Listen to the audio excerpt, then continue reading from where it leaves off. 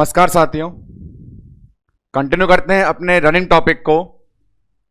जहां previous lecture में अपन discuss कर रहे थे वहीं से आगे बढ़ते हैं। Heading antepartum haemorrhage. कल के लेक्चर में आपको इसका पूरा मीनिंग बताया गया। लेट प्रेगनेंसी हेमरेज को एंटीपार्टम हेमरेज कहा गया। वहां एंटीपार्टम हेमरेज के क्लासिफिकेशन में दो मेजर डिजीज कंडीशन इन्वॉल्व होती है, यह हमने कल सीखा था। जहां क्लासिफिकेशन में आपने कल देखा कि मेजर कंडीशन में प्लासेंटा प्रीविया, एब्रप्टिव प्लेसेंटा जैसे दो नाम इंक्लूड किए जाते हैं। कल का कंप्लीट लेक्चर डेजिग्नेट था प्लासेंटा प्रीविया को। आज बात करेंगे वहीं से आगे बढ़ते हुए सेकंड वन पोर्शन एब्रप्टिव प्लासेंटा की। टॉपिक भले ही पूरा क्यों ही ना डिस्कस हो जाए, हमेशा बनने वाले एमसीक्यू जो इंटरवेंशन से उठते हैं वो हमें परमानेंट याद रहें। जहां कल आपने सीखा था कि कैसे लेट प्रेगनेंसी हेमरेज और एपीएच वाले इंटरवेंशन बेस्ड एमसीक्यू अर्ली से अलग होते हैं। हमने वहां देखा लेट प्रेगनेंसी या एपीएच में बेसिक इंटरवेंशन और डेफिनेटिव, ये बात अपन ने कल भी की थी। यहां बेसिक इंटरवेंशन में प्रायोरिटी हार्ट साउंड और वाइटल को है, जबकि अर्ली प्रेगनेंसी में इन दोनों का कोई मीनिंग नहीं होता। डेफिनेटिव इंटरवेंशन में यहां जिंदा बच्चे को बाहर निकालना है, मतलब कंडक्शन ऑफ डिलीवरी है। अर्ली प्रेगनेंसी हेमरेज में बच्चे की डेथ होती है। इन सब का बेसिक आइडिया रखने के बाद आज अपन स्टार्ट करते हैं remaining second one condition, the name as abruptive placenta. तो अपने पास आज का लेक्चर जो कंप्लीटली रन करेगा जिस हेडिंग को लेकर के, वो सामने अपने बोर्ड पर मेंशन है, हेडिंग एब्रप्टिव प्लेसेंटा। चलिए इसके रिगार्डिंग बात करना शुरू की जाए। सबसे पहले एब्रप्टिव प्लेसेंटा जो शब्द है, इसका मीनिंग और इसका डेफिनेशन। जहां प्लासेंटा प्रीविया समय समय पर बहुत सारे एमसीक्यू अपने अंदर बनाता था, चाहे वो मोस्ट कॉमन कॉज से हो, ब्लीडिंग के कैरेक्टर से हो, डेंजरस प्लासेंटा प्रीविया से हो, पीवी एग्जामिनेशन से, रेस्ट वाले होम इंटरवेंशन पे, वाइटल्स वाले बेसिक इंटरवेंशन पे, या ओबीजी स्कीम के मैनेजमेंट पे। इसी प्रकार यहां पर भी एब्रप्टिव प्लेसेंटा अपने अंदर कुछ इंपॉर्टेंट एमसीक्यू लाता है। फर्स्ट एमसीक्यू, पहला एमसीक्यू गारंटेड है, लिख के ले जाइए, इसके मीनिंग से आता है और मीनिंग बड़ा सरल है। एब्रप्टिव प्लासेंटा जो शब्द लिखा हुआ है, यहां फोकस करना है वर्ड एब्रप्शन पे। ये बोर्ड पे मेंशन है एब्रप्टिव। एब्रप्शन का मतलब होता है सडन, अचानक से। और क्योंकि ये सडन अचानक से होता है, सिंपल मीनिंग है एब्रप्टिव प्लासेंटा को ही कहा जाता है एक्सीडेंटल हेमरेज। मीनिंग में हम क्लियर करेंगे, एब्रप्टिव प्लासेंटा की जो मीनिंग है, अचानक सडन इमरजेंसी नेचर रखने के कारण कहलाती है एक्सीडेंटल हेमरेज। कंप्लीट ओबीजी के डिसऑर्डर में एक्सीडेंटल हेमरेज नाम से टर्म आए और डिजीज का डायग्नोसिस आपसे करवाए तो बेझिझक आंसर वहां पे एब्रप्टिव प्लासेंटा देकर करके जाएं। मीनिंग क्लियर, एमसीक्यू था यहां से। फिर आते हैं डेफिनेशन पे। डेफिनेशन बड़ी सरल है। यदि आपको लेबर की थर्ड स्टेज पता है, लेबर की थर्ड स्टेज क्या होती है?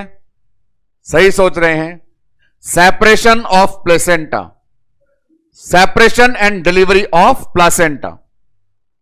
यहां पे मैं क्या बोलूंगा, एक बड़ा सिंपल डिस्कशन। जिस प्रकार एक बेबी टर्म की बजाय टर्म से पहले डिलीवर हो जाए तो नाम प्री मैच्योर आता है। सही समय से पहले बच्चा बाहर आ जाए तो प्री मैच्योर कहलाता है। उसी प्रकार लेबर की थर्ड स्टेज में सेपरेट होने वाला प्लासेंटा प्रेगनेंसी में सेपरेट हो जाए तो वो भी प्री मैच्योर सेपरेशन कहलाएगा। तो definition, what is abruptive placenta? It is premature separation of placenta. यहां ध्यान रखना है, प्लेसेंटा प्रीविया में प्लेसेंटा अपर सेगमेंट से डिसलोकेट होकर लोअर सेगमेंट में इंप्लांट हुआ था, जबकि एब्रप्टिव प्लेसेंटा में अपनी उसी नॉर्मल पोजीशन अपर सेगमेंट वाली फंडस के पास वाली उसी सिचुएशन से अलग हो जाता है। तो परिभाषा पूरी बनती है, it is separation of placenta, premature separation of placenta from its normal location. तो मीनिंग और डेफिनेशन के साथ करेंगे एब्रप्टिव प्लेसेंटा की शुरुआत। बनने वाला पहला एमसीक्यू इसके मीनिंग से ही है कि एक्सीडेंटल हेमरेज के नाम से इसे जाना जाता है। तो आइए मीनिंग और डेफिनेशन में जो लर्न किया वो नोट डाउन भी कर दिया जाए। तो आपने देखा what is meaning, one liner answer, it is accidental haemorrhage. First thing, what is definition? It is premature separation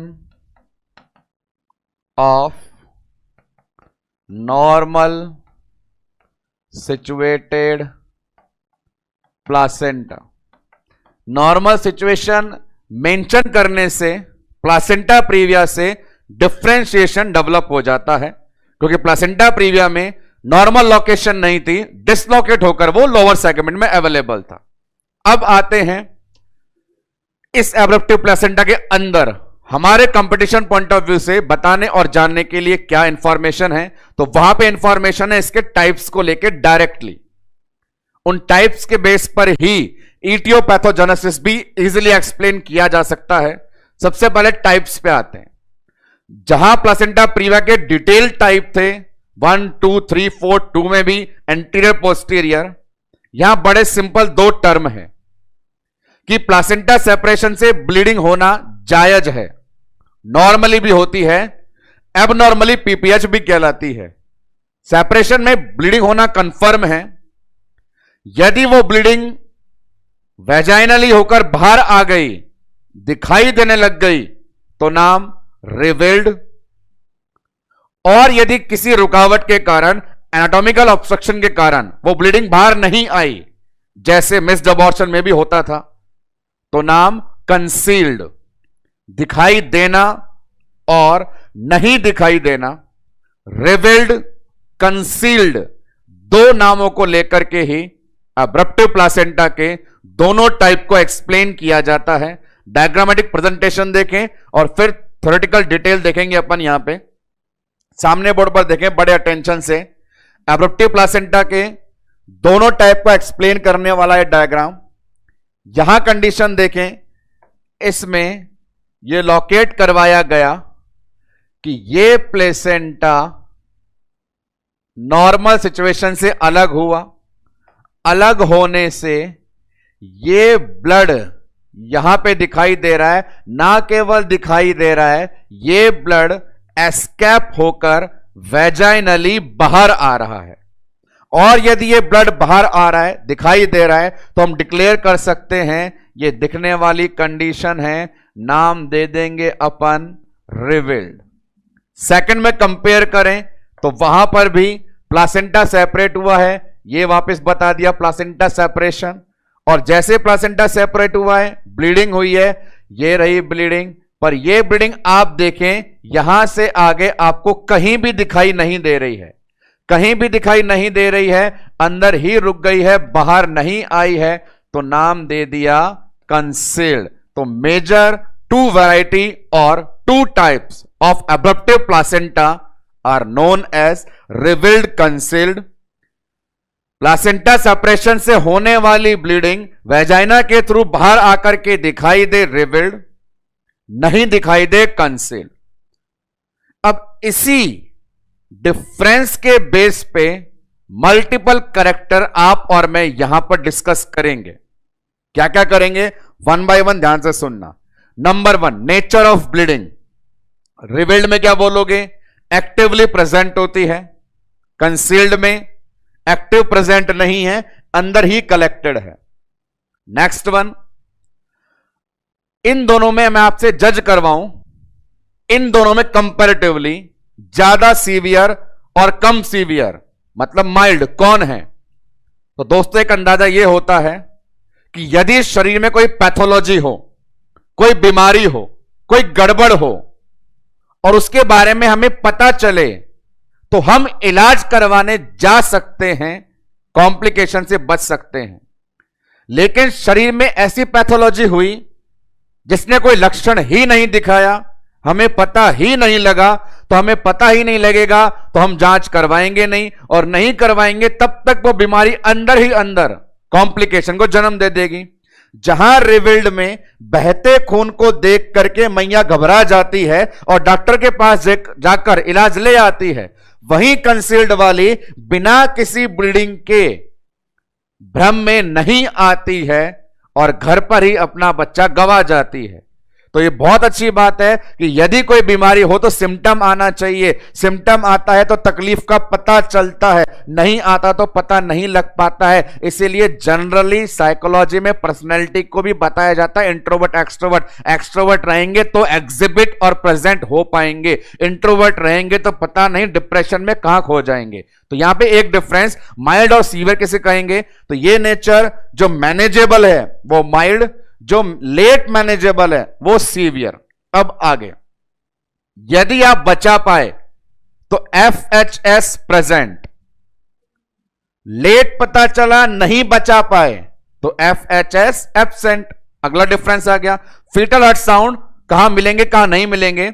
जहां बच्चे के बचने की संभावना है वहां हार्ट साउंड अवेलेबल, जहां संभावना नहीं है heart sound not available, absent. Heart sound का डिफरेंस हो गया। नेचर ऑफ यूट्रस पे आते हैं। यूट्रस का नेचर सॉफ्ट और हार्ड, तो बड़ा सिंपल सा है। यदि ये जो ब्लीडिंग है वेजाइनली बाहर आ गई, अंदर कलेक्ट नहीं हुई, तो वो नेचर कंप्रेसिबल है, सॉफ्ट है। और यदि अंदर ब्लीडिंग कलेक्ट होकर गांठे क्लॉट बनाती जा रही है तो वो नेचर हार्ड है। तो रिविल्ड में बाहर आ गया यूट्रस, खाली दिखाई दिया सॉफ्ट, यहां पे जम गया भरा दिखाई दिया हार्ड। ये अगला डिफरेंस, नेचर ऑफ यूट्रस। और बात करें साइज ऑफ यूट्रस, सीखा है हमने यूट्रस का साइज डिपेंड करता है बच्चे पे, यहां जिंदा बच्चा या मुर्दा बच्चा। जहां बच्चा जिंदा है तो size according to gestation, according to POG। यहां बात मैं बताऊं, यहां बच्चा भले ही मरे, बच्चा भले ही मरे पर साइज कम नहीं मिलेगा, ज्यादा मिलेगा, मोर देन गेस्टेशन। अबॉर्शन में जब पढ़ते थे तो मरा हुआ बच्चा होने पे लेस देन गेस्टेशन बोल देते थे, लेकिन यहां कंसील्ड में मरा बच्चा होने पर भी मोर देन गेस्टेशन बोलते हैं। ऐसा क्यों? वो इसीलिए अबॉर्शन के केस में बच्चा 20-22 वीक से पहले का कम आकार का होता था। लेट प्रेगनेंसी हेमरेज अब्रप्टिव प्लेसेंटा में 28 वीक के बाद की कहानी है। और बात नंबर 2, यहां पर खून जम गया और जमता जमता जमता जमता आकार बड़ा करेगा तो हमें मिलेगा मोर देन गेस्टेशन। तो यहीं से लर्न करके जाइए कि अबॉर्शन में मरा बच्चा हो तो यूट्रस का size less than gestation, abruptive placenta में मरा बच्चा हो तो size more than gestation due to increase fetus size और कलेक्टेड ब्लड। ये डिफरेंस हुआ। आगे और डिफरेंस की बात करें तो बात करेंगे यहां खून बह रहा है, यहां खून जम रहा है, और इतिहास गवाह है जब भी खून जमा है तो क्लॉट बने हैं, कोएगुलोपैथी हुई है। तो क्लॉट बनने वाली बात आपसे पूछें कि क्लॉट किस में बनेंगे, तो क्लॉट वहीं बनेंगे जहां जमेगा। कहां जमेगा? कंसील्ड में। यहां क्लॉट बनेंगे, यहां क्लॉट नहीं बनेंगे। जितने क्लॉट बनेंगे उतना गंदा ब्लड कलेक्ट होगा, जितना गंदा ब्लड कलेक्ट होगा उतना डैमेज ज्यादा होगा, जितना डैमेज ज्यादा होगा उतना पेन की इंटेंसिटी आएगी। यहां कोई कलेक्शन नहीं है, कोई क्लॉट नहीं है, कोई डैमेज नहीं है, तो पेन कंपैरेटिवली कम। यहां पर क्लॉट और डीजनरेशन ज्यादा है तो पेन कंपैरेटिवली ज्यादा। लास्ट वन बात करें, क्लॉट से रिलेटेड है बीमारी कोएगुलोपैथी और डीआईसी। डीआईसी को अलग से भी पढ़ेंगे, नाम पहले भी आया है। खून के जमने से, क्लॉट जमने से बनने वाली बीमारी डीआईसी। तो डीआईसी के चांस कहां ज्यादा? जहां क्लॉट बनेंगे, और वो कहां बन रहे हैं? कंसील्ड। तो यहां आप देखेंगे सामने इन दो नन्हे मुन्ने बालकों के प्रदर्शनी से कि हम निकाल के लाए हैं अब्रप्टिव प्लासेंटा के दो मेजर टाइप। नाम दिया गया उनको रिवील्ड और कंसील्ड। और एब्रप्टिव प्लासेंटा में इनके बारे में ही जानकारी लेना सबसे ज्यादा इंपॉर्टेंट होता है। यही दो मेजर टाइप हैं। सारे डिफरेंस को एक बार फिंगर पे काउंट करके बताएं तो रिवील्ड में ब्लीडिंग प्रेजेंट है, कंसील्ड में एब्सेंट है। रिवील्ड अपने पास माइल्ड है, डायग्नोसेबल है। कंसील्ड सीवियर है, लेट डायग्नोसेबल है। रिवील्ड में हार्ट साउंड अवेलेबल, कंसील्ड में नॉट अवेलेबल। रिवील्ड में size according to gestation, concealed में size more than gestation. Revealed में क्लॉट एब्सेंट, कंसील्ड में क्लॉट प्रेजेंट। रिवील्ड में पेन माइल्ड, कंसील्ड में पेन सीवियर। रिवील्ड में कोएगुलोपैथी डीआईसी एब्सेंट, कंसील्ड में clot कोएगुलोपैथी present.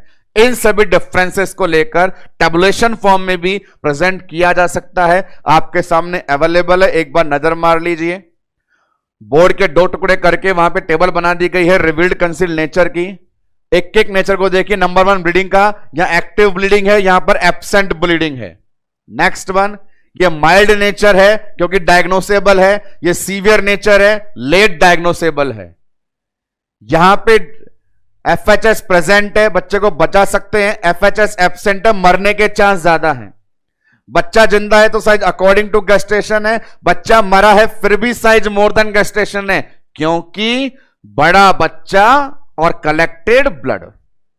Next one, बात करें यहां पे खून निकल के बाहर आ गया तो यूट्रस सॉफ्ट, खून अंदर जम गया तो यूट्रस हार्ड।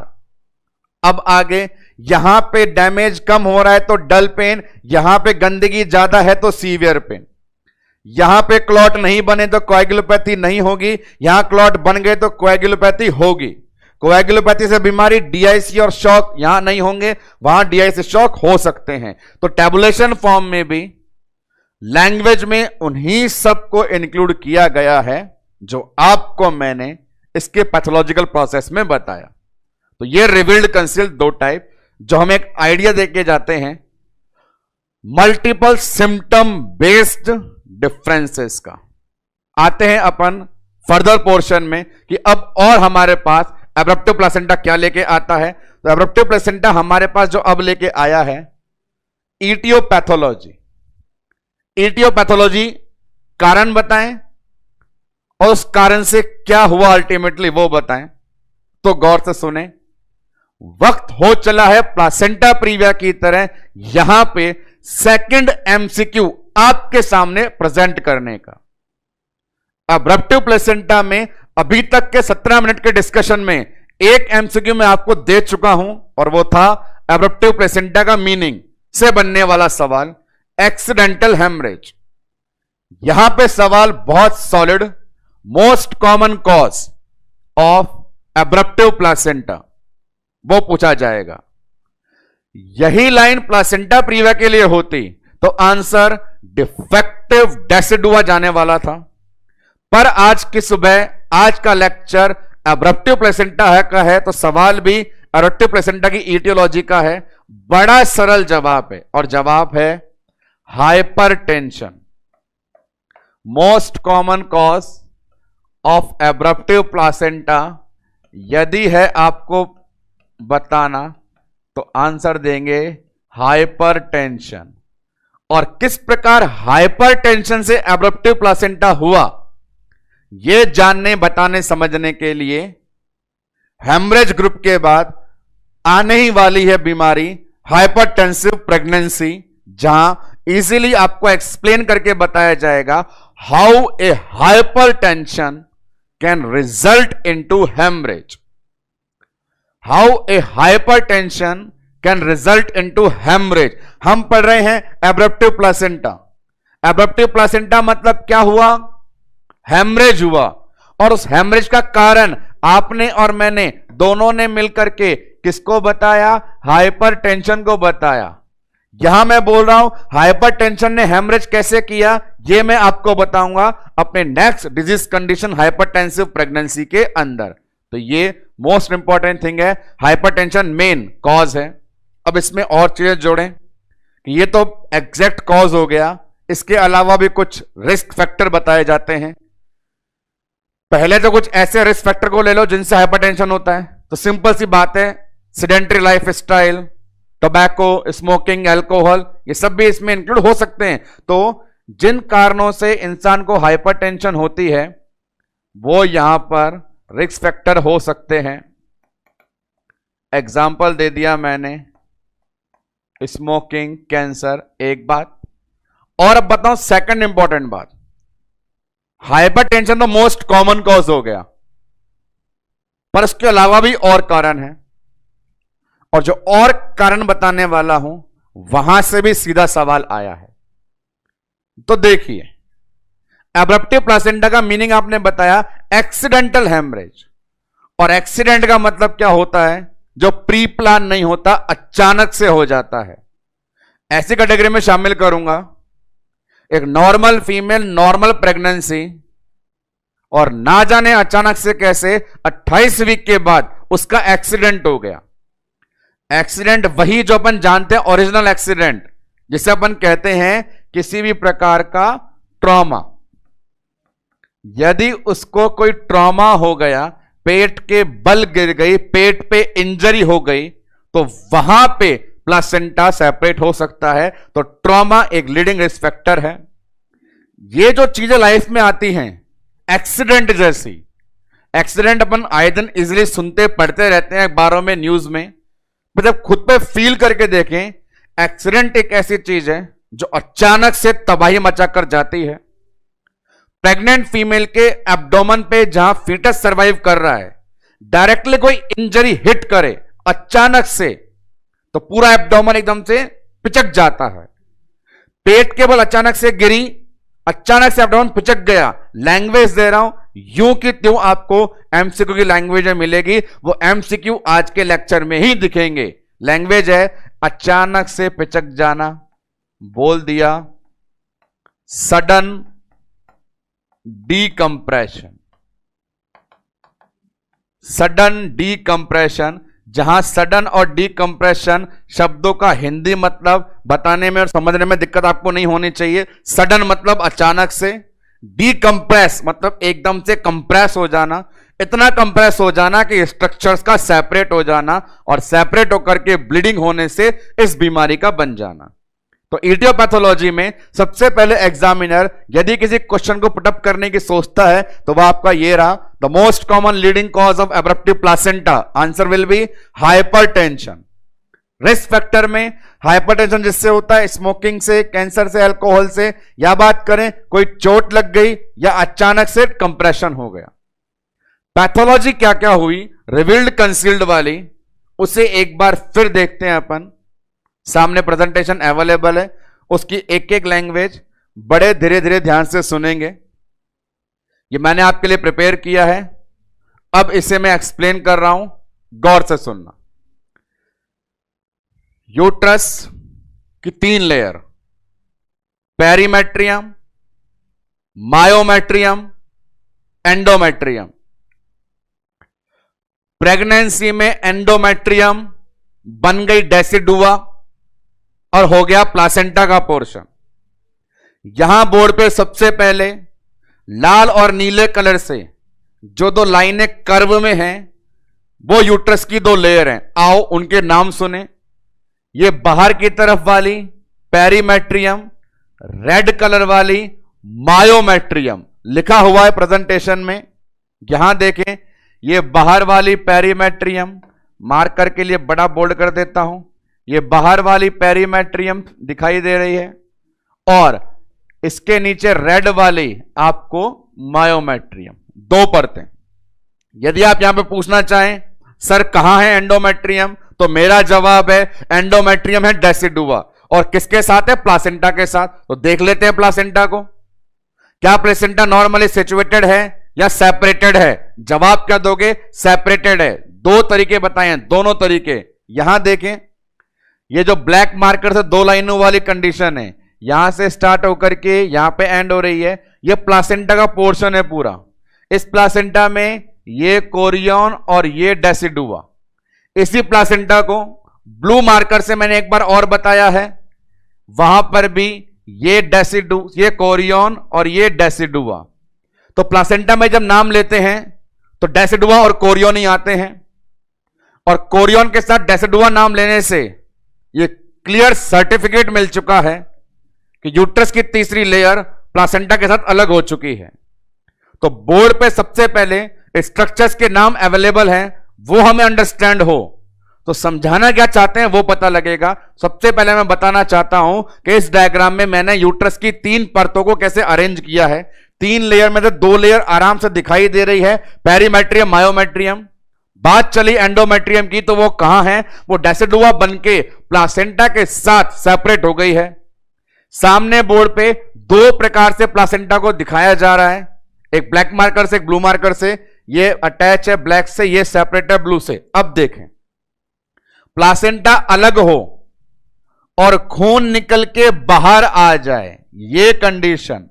तो हमने सीखा कि यदि प्लासेंटा सेपरेट हो जाए और खून निकल के बाहर आ जाए तो जवाब क्या दे देते हैं? रिवील्ड, दिखाई दिया।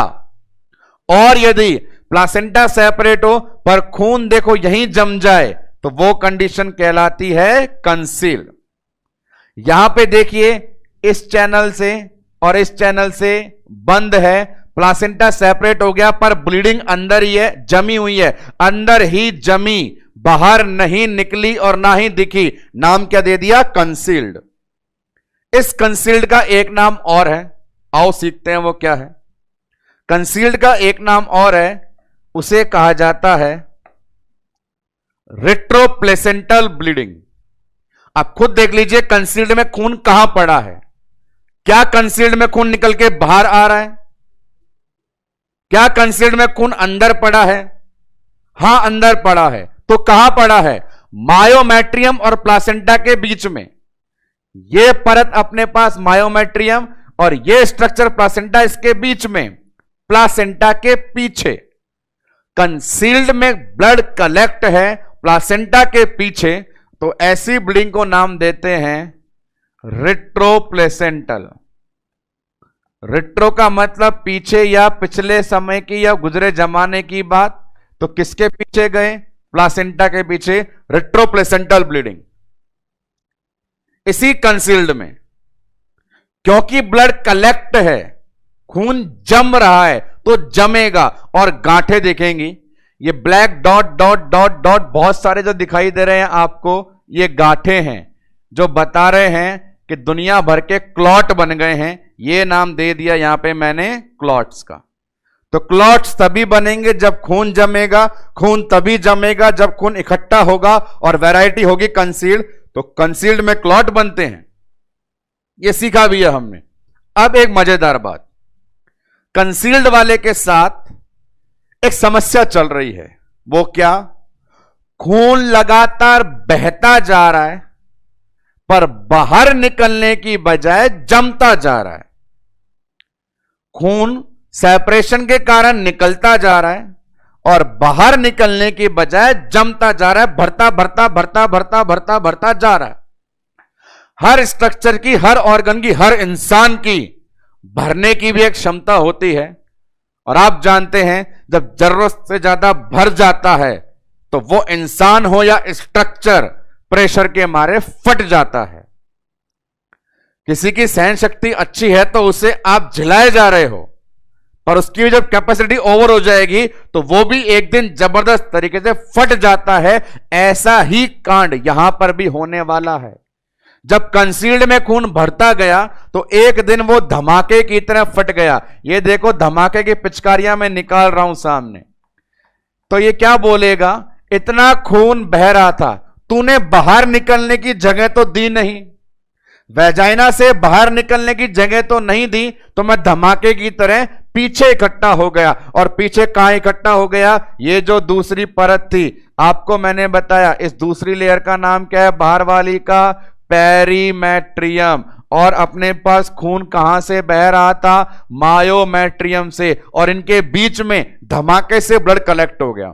इस प्रकार कंसील्ड में हाई प्रेशर से जमे हुए खून से बाहर ना निकल पाने से धमाके के साथ यदि ब्लड कलेक्ट हो जाए इन दो परतों के बीच, मायोमेट्रियम और पेरीमेट्रियम के बीच, यह कंडीशन कहलाती है अपने पास एपोप्लेक्सी।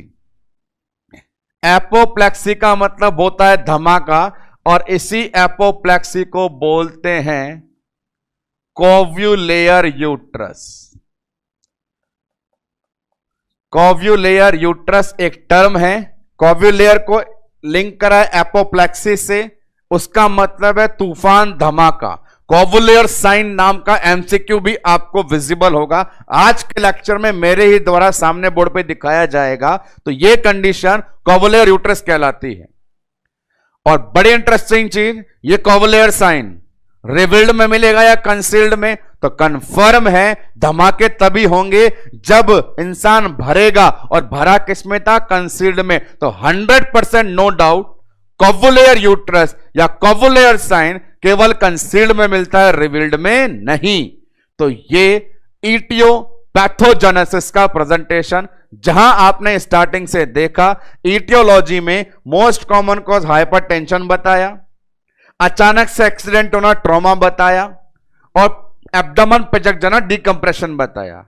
इसके होने से दो काम हो सकते हैं, खून निकल के बाहर आ जाए रिवील्ड, अंदर जम जाए कंसील्ड। जमेगा प्लासेंटा के पीछे, नाम रिट्रोप्लेसेंटल, जमेगा तो बनेगी गांठें, दुनिया भर के क्लॉट, और जब होगा धमाका तो खून पीछे इकट्ठा होगा पेरीमेट्रियम मायोमेट्रियम के बीच। साइन कौन सा? कोवुलेयर यूट्रस। इटियोपैथोजेनेसिस, ये इसके बारे में। ये बताने के बाद आगे की बात करें तो यहां पे रिवील्ड और कंसील्ड एक बार में पूछा गया दोनों में से कौन खतरनाक है? जवाब गया साहब कंसील्ड। पर रिवील्ड भी अपने बारे में बोल रहा है कि मेरे अंदर 4 ग्रेड हैं। रिवील्ड में आपको खून दिखा, बहता हुआ दिखा, उसके बेस पर रिवील्ड बोल रहा है मेरे अंदर भी 4 ग्रेड्स होती है, 0 1 2 3 उन्हें कहा जाता है। बड़ा सिंपल है, उन्हें अब देख लेते हैं। Grades of revealed placenta, 4 grade बताई गई हैं, 0 1 2 3। ये ग्रेड्स इस बेस पे है कि प्लासेंटा सेपरेशन कितना हुआ। सिर्फ 3 बात करूंगा, ज्यादा नहीं, बहुत छोटी सी है। जितना प्लासेंटा सेपरेट होगा उसके अकॉर्डिंग ही ब्लीडिंग होगी, और जितना बॉडी से ब्लड लॉस होगा उतने ही डिस्टर्ब वाइटल साइन होंगे। 3 बातें, जितना सेपरेट उतनी ब्लीडिंग, जितना ब्लड लॉस उतने वाइटल साइन डिस्टर्ब, जान को खतरा। तो इन 4 ग्रेड में पॉइंट वाइज पॉइंट आपको बताना चाहें तो बड़ा सिंपल सा डिस्कशन है। 0 ग्रेड में आपका सेपरेशन होता है लेस देन 10%, फर्स्ट ग्रेड में 10 to 20%, सेकेंड ग्रेड के अंदर 20 to 30%, और थर्ड ग्रेड में मोर देन 50%। तो अपने आप आइडिया लगा लीजिए कहां नुकसान ज्यादा होने वाला है। 0 में 10 से भी कम, 1 में 10 से 20, सेकंड में 20 से 30, थर्ड में 50 से ज्यादा। जैसा प्रेपरेशन वैसा ब्लड लॉस। ये 10% से भी कम है तो ब्लीडिंग एकदम ना के बराबर, ना के बराबर तो ब्लीडिंग बोल दिया मिनिमम। उसके बाद बड़ा सिंपल है, माइल्ड मॉडरेट सीवियर। कैसी ब्लीडिंग? माइल्ड मॉडरेट सीवियर, तो बड़ा इजी। यहां पे ब्लीडिंग कैसी? माइल्ड। यहां पे ब्लीडिंग कैसी? मॉडरेट। और यहां पे ब्लीडिंग कैसी? सीवियर। चलिए, तीसरा और लास्ट नेचर मैंने क्या बताया? जैसी ब्लीडिंग वैसे वाइटल साइन चेंज, और वाइटल साइन में चेंज होते हैं मेनली बीपी और पल्स, मदर और फीटस के। तो देखते हैं, ना के बराबर ब्लीडिंग थी तो वाइटल साइन क्या बोलेंगे? स्टेबल। माइल्ड ब्लीडिंग है तो माइल्ड में भी वाइटल साइन चेंज नहीं होते, तो यहां भी वाइटल साइन कैसे बोल दिए आपने, स्टेबल। यहां मॉडरेट है तो वाइटल साइन क्या हो गए, चेंज। और यहां सीवियर है तो सीवियर कंडीशन में कंडीशन आ सकती है शॉक की। तो यहां पे ये सारी ग्रेड्स रिवील्ड की है। जब सामना कराया गया, बताया गया, पूछा गया कि रिवील्ड कंसील्ड में कौन खतरनाक है, जवाब दिया गया साफ कंसील्ड है। उस समय रिवील्ड ये बोलने आया कि मुझको ऐसे हल्के मत लो, मेरे अंदर भी माइल्ड और सीवियर हैं। तो देखकर क्या पता चलता है पूरे एब्रप्टिव प्लासेंटा में कौन माइल्ड है कौन सीवियर है। तो सामने बोर्ड पर लिख रहा हूं मैं, उससे आप आइडिया लगा लेना कि मैंने नाम दिया कि पूरे एब्रप्टिव प्लेसेंटा में एक कंडीशन माइल्ड है और एक कंडीशन सीवियर है पूरे एब्रप्टिव प्लेसेंटा में। तो माइल्ड में कौन कौन जाएगा, माइल्ड में जाएगा ग्रेड 0 और ग्रेड 1, सीवियर में ग्रेड 2, ग्रेड 3 और कंसील्ड। ये बताने के लिए अपनी ग्रेड्स बता के गया है कंसील्ड वाली वैरायटी। तो अब हमारे पास ऐसा पता होता है तो फर्दर आगे जब हम मैनेजमेंट पढ़ते हैं, ओबीजी स्कीम वाला कल जो अपन ने सीखा था एक्सपेक्टेंट एक्टिव मैनेजमेंट, वो हमें लर्न करने में आसानी रहती है। इतना सब करने के बाद लगभग पूरा हो चुका है एब्रप्टिव प्लासेंटा का काम। अब हम दोहराएंगे उन्हीं सभी कार्यों को जो इंटरवेंशन वाले होते हैं। सबसे ज्यादा फोकस देने वाले एस्पेक्ट अब आ रहे हैं, और यदि हम उन्हें पहले से जानते हैं तो हमारे लिए वो आसान है। यदि हमें basic intervention, initial intervention, definitive intervention, ओबीजी scheme सबके बारे में पता है तो हमारा मैनेजमेंट भी बड़ा आसान है। तो आइए शुरुआत करते हैं लगातार धनाधन इंटरवेंशन करने की इस डिजीज कंडीशन के लिए। तो अपने पास इंटरवेंशन कैटेगरी में सबसे पहला नाम आया प्रिवेंशन का। प्रिवेंटिव इंटरवेंशन क्या होने चाहिए, तो देखो दोस्तों, प्रिवेंशन का मतलब होता है बचाव, और बचाते किससे, खतरों से।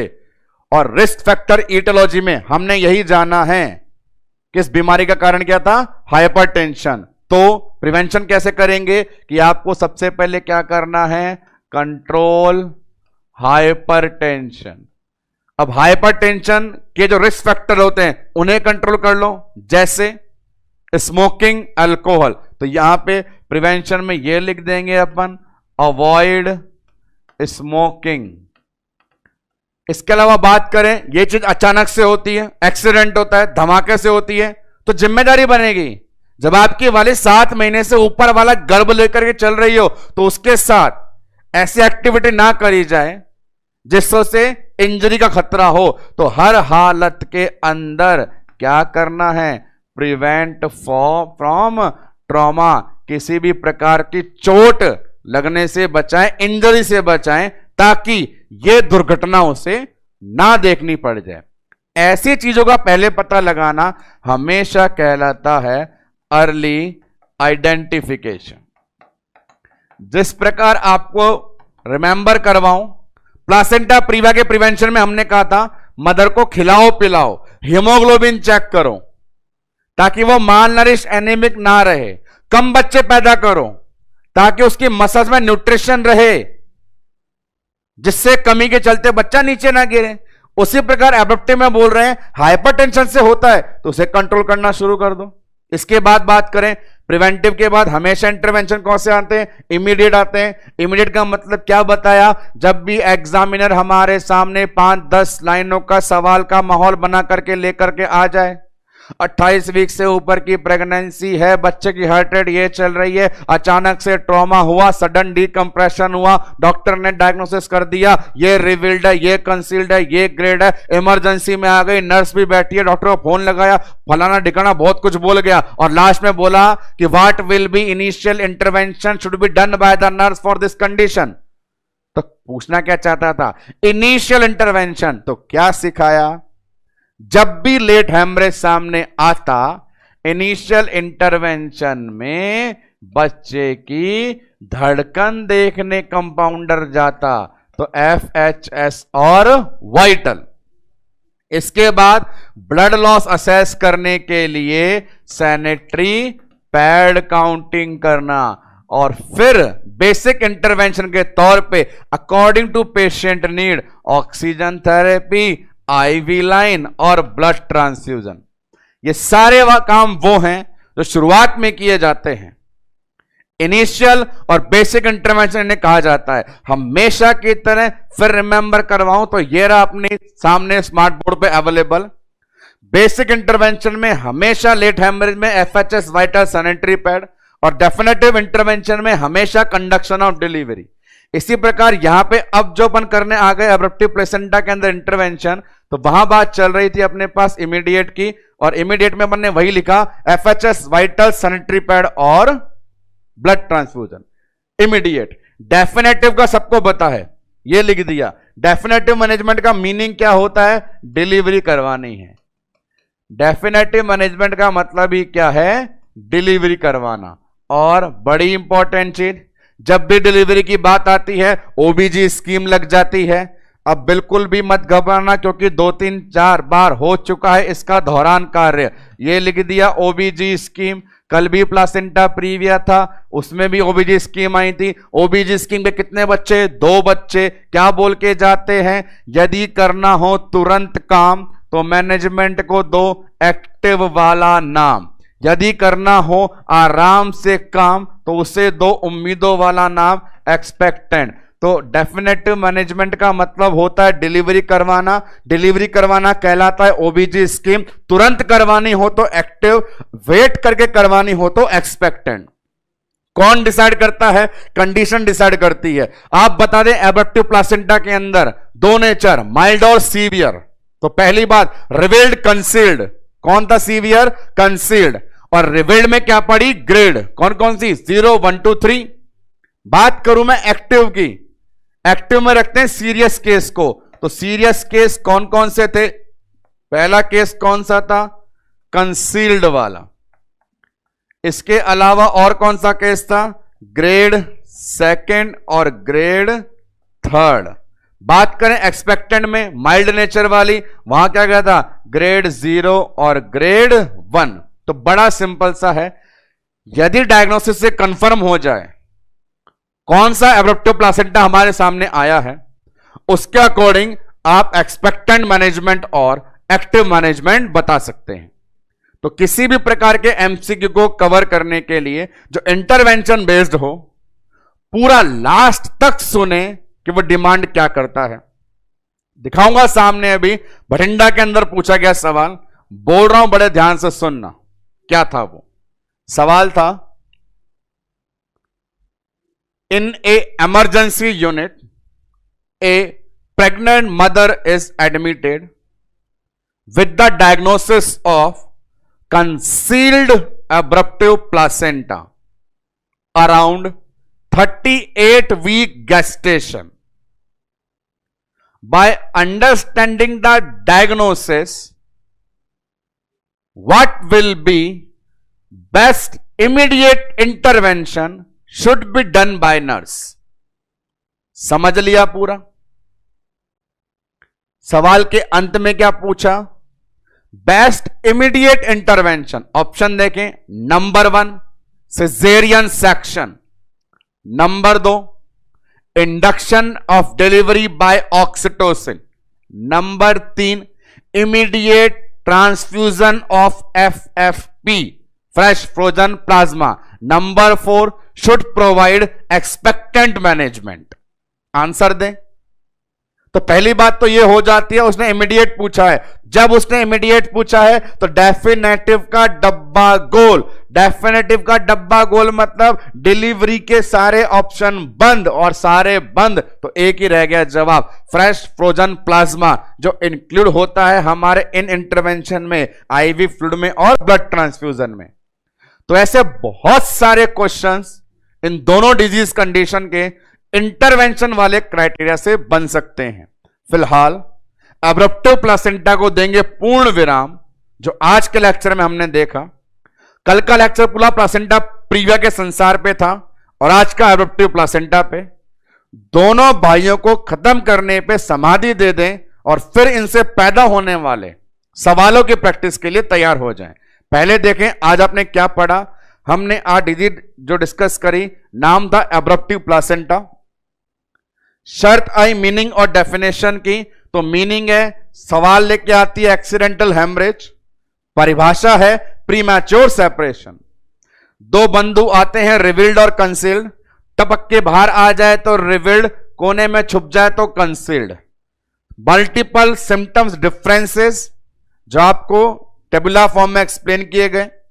आफ्टर दैट इटियोपैथोजेनेसिस धुआंधार सवाल बना करके लाता है कि हाइपरटेंशन ही इसका मुख्य कारण कहलाता है।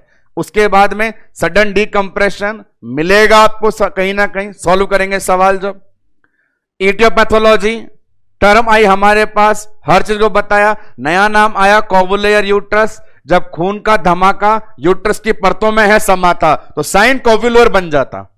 नेक्स्ट वन, जब बात चली ग्रेड्स की तो रिवील्ड बोल के गया मेरे अंदर भी ग्रेड्स होती हैं 4, उसके बेस पे माइल्ड और सीवियर नेचर अपन डायग्नोस कर पाए। आफ्टर दैट इंटरवेंशन हमेशा की तरह प्रिवेंटिव, बेसिक और डेफिनेटिव।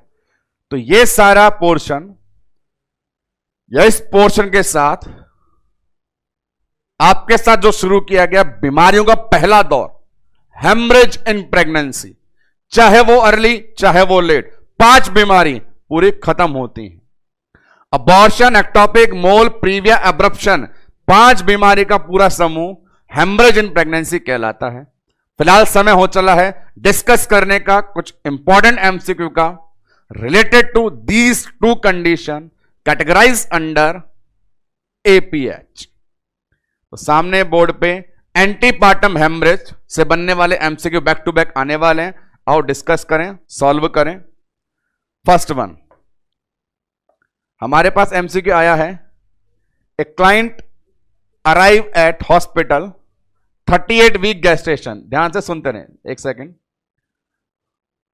हमारे पास एमसीक्यू अवेलेबल है कि एक मदर आई है 38 वीक गेस्टेशन पे।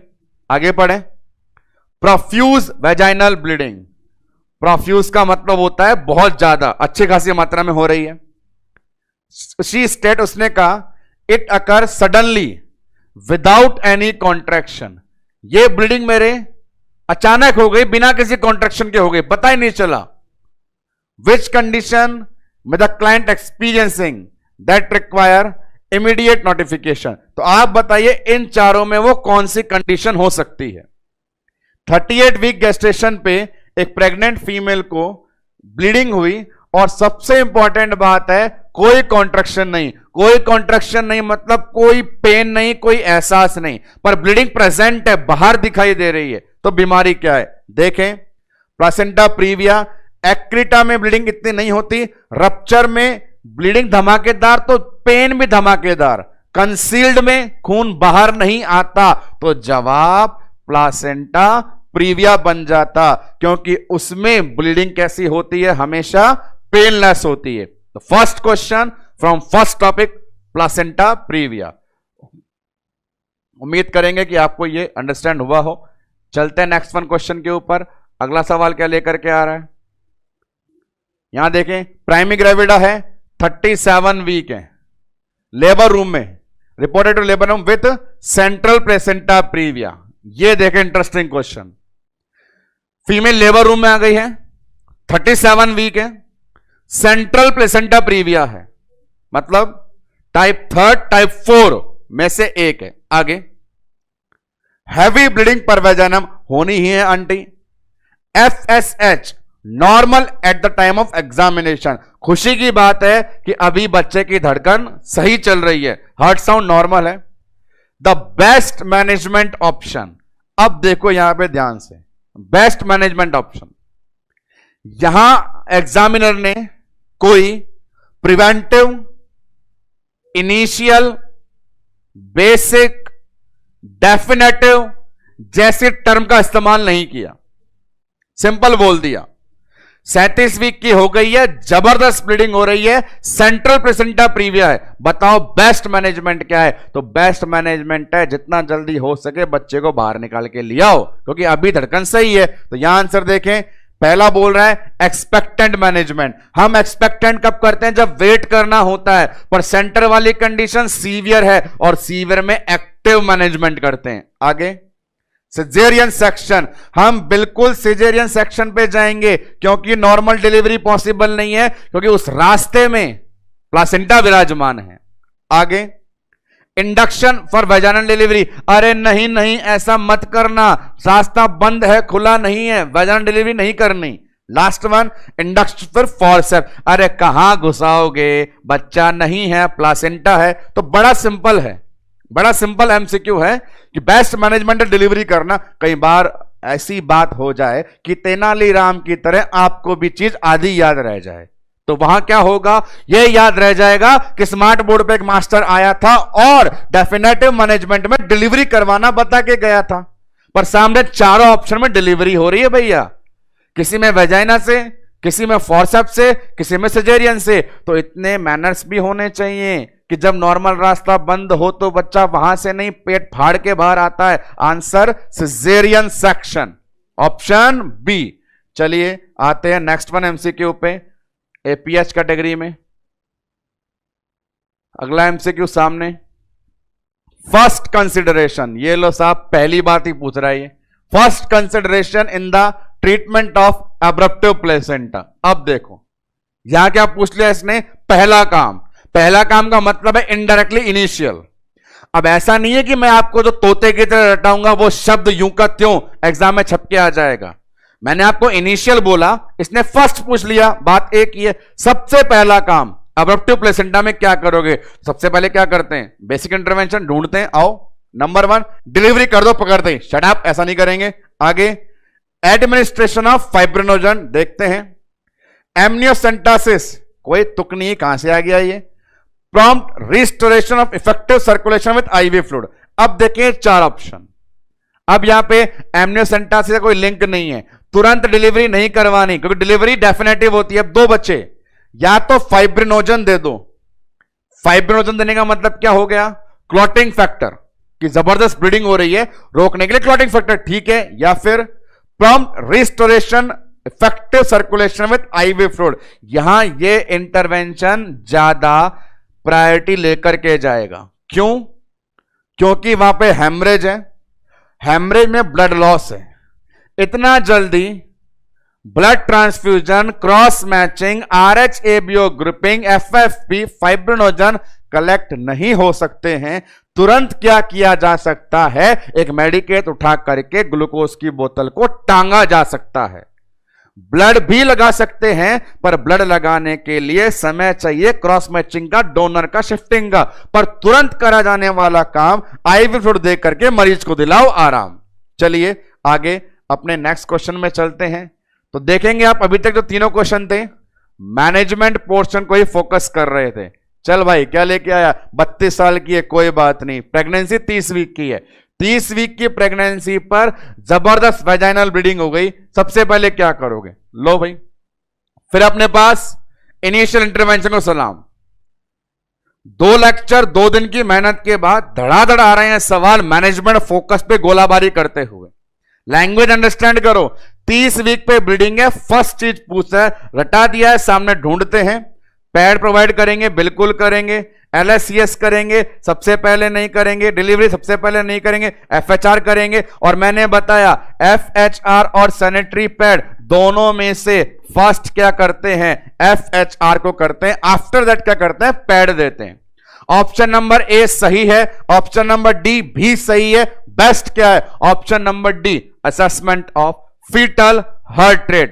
I think there will be no or little bit problem in the solving these type of question, as we explain all this condition in our 2 successive lecture of antepartum hemorrhage. आते हैं अगले करामात पे। अगला वाला हमारे लिए क्या लेकर के आया है, उम्मीद है जो भी लेकर के आए हमारे बच्चे उसे सॉल्व करने में पूरी तरह समर्थ हो पाए। चलिए, प्लासेंटा प्रीविया एंड एब्रप्टिव प्लासेंटा किसके एग्जाम्पल हैं? बीच बीच में लगता है सीएचओ लेवल के सवाल भी आ रहे हैं। जवाब एपीएच। इतना सरल सवाल कैसे आया? चल भैया आगे चलिए। Following the risk associated with placenta previa, ठीक है, ये देखते हैं। कौन सा रिस्क प्लासेंटा प्रीविया से संबंधित है? तो आगे बढ़ो। प्लासेंटा प्रीविया से डीआईसी हो सकता है, chronic hypertension, antepartum haemorrhage, infection. ये भी वही सीएचओ लेवल के सवाल है। आजकल चल क्या रहा है, नॉर्सेट के बाद सीएचओ का भूत आ गया, इसलिए पिछले 4 सवाल एम्स एनक्लेक्स लेवल के थे और बीच में 2 सीएचओ के आ गए। तो बड़ा सिंपल सवाल है कि प्लासेंटा प्रीविया है तो उसका ससुर का नाती कौन है? Antepartum haemorrhage, option number C. Next one क्या बताएगा? चलिए, इंसिडेंस ऑफ एब्रप्टिव प्लेसेंटा कब है? तो अपन ने सीखा है ये जो लेट प्रेगनेंसी वाले हेमरेज हैं 28 वीक के बाद होते हैं। 28 वीक के बाद 3rd ट्राइमेस्टर होता है।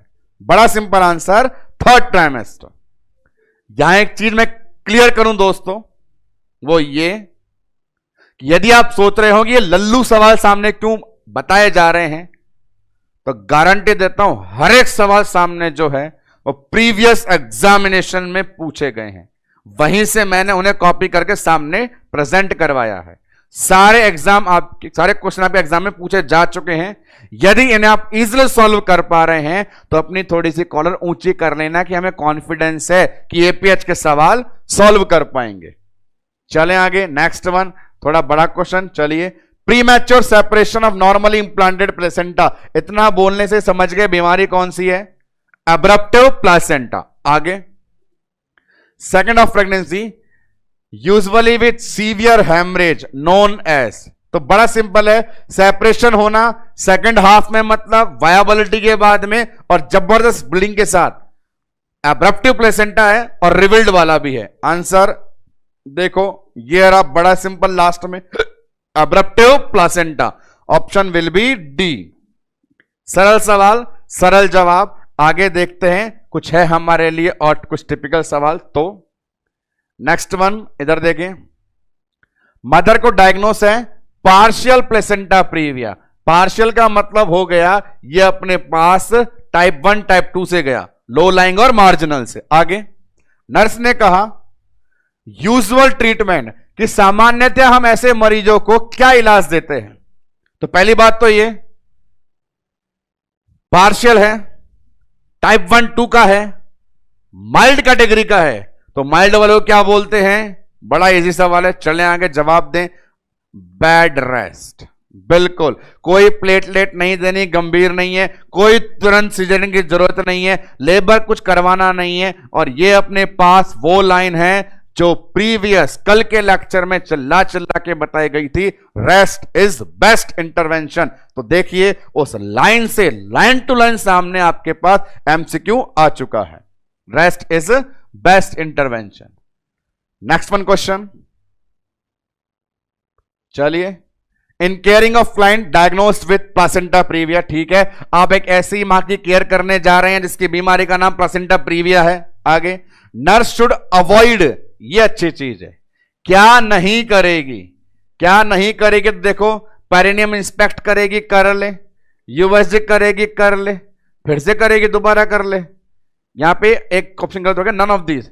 नर्स शुड अवॉइड आया यहां पे, तो हमारे पास इसमें ये ऑप्शन थोड़ा रिपीट में है। यहां पर इस जगह आंसर था अपने पास में पीवी, और वही इसका आंसर होना था, क्योंकि ये क्वेश्चन रिलेट होना था हमारे इंटरवेंशन वाले डायग्नोसिस वाले क्राइटेरिया से, जहां मैंने आपको सिखाया था कि पीवी नहीं करते हैं। यहां वो डबल में आ गया, मिसप्रिंट हो गया, कोई ना, नेक्स्ट वन में देखते हैं। जरूर ये आपको क्वेश्चन अगले बार लैंग्वेज में बिल्कुल मिलेगा, उसे देख लेते हैं। इधर देखें, indication of placenta previa in pregnancy.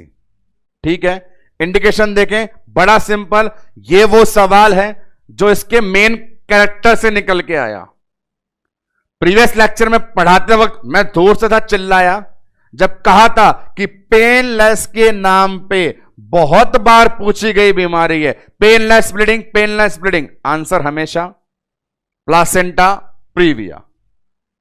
तो अपने पास इस कैटेगरी में भी answer placenta previa. Next one, चलिए, management during minor placenta previa.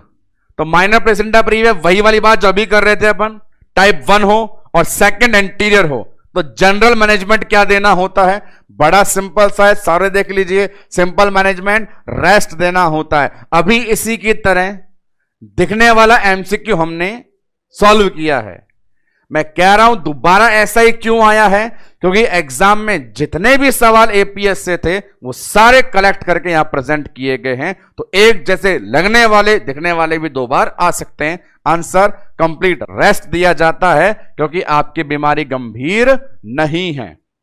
Next one चलें इस क्वेश्चन के ऊपर। तो अपने पास सामने है हाइपर एमएसएस ग्रेविडेरम। यह कंडीशन इन फर्स्ट ट्राइमेस्टर, पहले ट्राइमेस्टर में ही, with severe increased frequency on the following except। अब देखें क्या कहना चाहता है ये। हाइपर एमएसएस ग्रेविडेरम वाली जो कंडीशन है इन चारों में से किसमें नहीं होती है? क्योंकि अपन ने अपने मोलार प्रेगनेंसी वाले क्वेश्चन भी सॉल्व नहीं किए थे, इसलिए एक दो क्वेश्चन वहां से भी आएंगे। सवाल है हाइपर एमएसएस ग्रेविडेरम किसमें नहीं होता है? तो देखो मोल में होता है, हमने सीखा है। ट्विंस में दो बच्चे हैं तो ज्यादा होगा, जिसका पहली बार है उसके बहुत ज्यादा होता है। ये वाली जो कैटेगरी है मिस्ड अबॉर्शन, ये वो कैटेगरी थी जहां प्रेगनेंसी के सारे सिम्टम चले जाते थे। तो जब सारे सिम्टम ही चले जाएंगे तो वहां वॉमिटिंग की फ्रीक्वेंसी भी देखने को नहीं मिलेगी। तो इस कैटेगरी के अकॉर्डिंग आंसर है missed abortion. This one question related from our other haemorrhagic condition. Next one accurate diagnosis of hydrated form mole. तो दोस्तों बात ऐसी है, प्रेगनेंसी नॉर्मल हो चाहे डिजीज वाली हो, कंफर्म डायग्नोसिस हमेशा सोनोग्राफी से होता है। आंसर देखें, आप एचसीजी से कर सकते हो, यूएसजी से कर सकते हो, पीवी से कर सकते हो, इससे नहीं कर सकते। 3 से कर सकते हैं, पर बेस्ट पूछा तो मैं बोल रहा हूं हमेशा बेस्ट डायग्नोसिस प्रेगनेंसी में, फीमेल चाहे नॉर्मल हो या डिजीज्ड हो, किया जाता है अल्ट्रासाउंड यूएसजी से। तो यहां पर आंसर हमारे पास ultrasound USG. Next one question अपने पास antepartum haemorrhage may be cause by following except. ये वो क्वेश्चन है जो इसके क्लासिफिकेशन से अराइज हुआ है, जहां मैंने बताया था एपीएच 70% प्लासेंटा, 25% अननोन, 5% सर्वाइकल, उससे क्वेश्चन है। देखें सामने तो कि कौन इंक्लूड नहीं है, तो प्लासेंटा प्रीविया इंक्लूड है, सर्विक्स इंक्लूड है, एब्रप्टिव इंक्लूड है, एक्टोपिक प्रेगनेंसी इंक्लूड नहीं थी, ये अर्ली है। तो आंसर क्या आ गया हमारे पास? Ectopic pregnancy. ये कंडीशन रिलेटेड अपने पास में अर्ली से, बाकी तीनों किस में आते हैं? एपीएच के अंदर। तो उस क्लासिफिकेशन से भी सवाल। Next one regarding placenta praevia, बोलना शुरू कीजिए। Is diagnosed when placenta occupy fundus. नहीं, ये गलत है, प्लासेंटा फंडस में नहीं होता है। Recognise to be complicated by PPH, बिल्कुल ठीक है, एपीएच से पीपीएच होता है। Fetal heart rate usually abnormal, placenta praevia में तो बच्चे को बचा लेते हैं तो नॉर्मल होती है। Less common in patient with repeat caesarean section, गलत है, यहां पे सिजेरियन वालों में ज्यादा होता है। तो यहां पे 4 ऑप्शन देके सवाल पूछना चाहता है प्लासेंटा प्रीविया किस स्टेटमेंट के साथ अपना रिलेशन निभाता है। तो बेस्ट लाइन है एपीएच से पीपीएच होता है, वो लाइन अपने पास है लाइन नंबर 2 कि ये माना जाता है कि इसकी कॉम्प्लिकेशन क्या होगी? Postpartum haemorrhage. बाकी सब रिटर्न स्टेटमेंट रिलेटेड नहीं है हमारी कंडीशन से। चलते हैं आगे अगले क्वेश्चन पे। क्या अपने पास अवेलेबल है? In placenta previa which is true. Placenta previa के लिए क्या सही है? तो अब देखें, it is common in primi gravida, may cause abnormal lie. देखो प्राइमी कॉमन नहीं है, मल्टी में होता है। एबनॉर्मल लाई करता है माल प्रेजेंटेशन। रिक पेनफुल नहीं, पेन लेस करता है। डिजिटल एग्जामिनेशन पीवी नहीं करना होता, पीवी करना नहीं है, पेन लेस होता है, प्राइमरी कॉमन नहीं है। सिंपल सा आंसर है माल प्रेजेंटेशन करता है तो मे कॉज एबनॉर्मल लाई। ये इसका आंसर जाएगा अपने पास में। 17 क्वेश्चन। लास्ट वन एक क्वेश्चन और देख लेते हैं सामने अपन। ये देखिए, pregnant women present with placenta praevia of major defect. Major है मतलब सीवियर प्लासेंटा प्रीविया है। फीटस स्मॉल फॉर्म, फीटस भी स्मॉल फॉर्म है। Which of the following will be the best management. अब यहां पे फिर मैनेजमेंट का क्वेश्चन है और बेस्ट पूछा है। कोई इनिशियल नहीं, कोई जनरली। बेस्ट क्या होता है? डिलीवरी। और मेजर है तो सिजेरियन। तो यहां पे आंसर बड़ा सिंपल दे देंगे, सिजेरियन सेक्शन। तो बात करें ये एमसीक्यू जो आपको प्रेजेंट किए गए, ये सारे थे अपने पास रिलेटेड कंडीशन एपीएस से, और ना केवल एपीएच, इसके साथ फिनिश होता है अपना पूरा डिजीज पोर्शन का फर्स्ट क्राइटेरिया, हेमरेजिक कंडीशन। अगली मुलाकात अगले लेक्चर में होगी नए डिजीज ग्रुप के साथ। नाम जाना जाएगा हाइपरटेंसिव प्रेगनेंसी। तब तक के लिए हेमरेज की इन 5 कंडीशन को रिवाइज करें, सॉल्व करें सभी प्रकार के क्वेश्चन इन 5 बीमारियों के लिए। धन्यवाद।